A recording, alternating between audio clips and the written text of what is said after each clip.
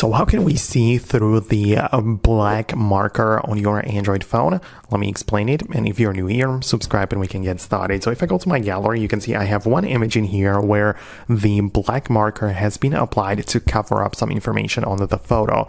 So what we can do right now to try and see through it would be by changing the settings or editing the image in a way to reveal the information. So you can see that I can go to the edit mode as such, and the editing tools are going to appear. So we have like the cropping tools, filters, and so on, but I want you to click on the one in the middle, which changes the controls like the brightness and so on, right? So I'm going to zoom in on the thing to see what makes what we can see, and we try to bump up the brightness.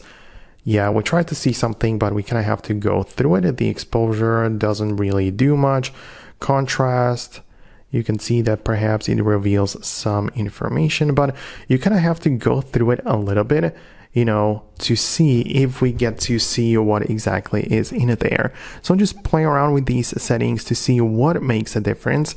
And based on that, you will probably be able to see what exactly is inside, right?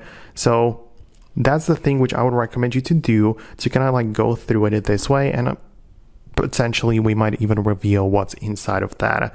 So yeah, that's what you could do, but just keep in mind that there might be some markers in place which are not see-through at all, you know, because you get to select the transparency when you are marking up the images, right? And it is possible that it's been set to 100%, meaning that there isn't anything we can do to kind of see through it. So it could be the case we kind of rely that there is some transparency involved so we can actually peek behind it. But yeah, that's essentially it. Let me know if it worked for you. Subscribe for more tips and videos like this one, and I'll see you later.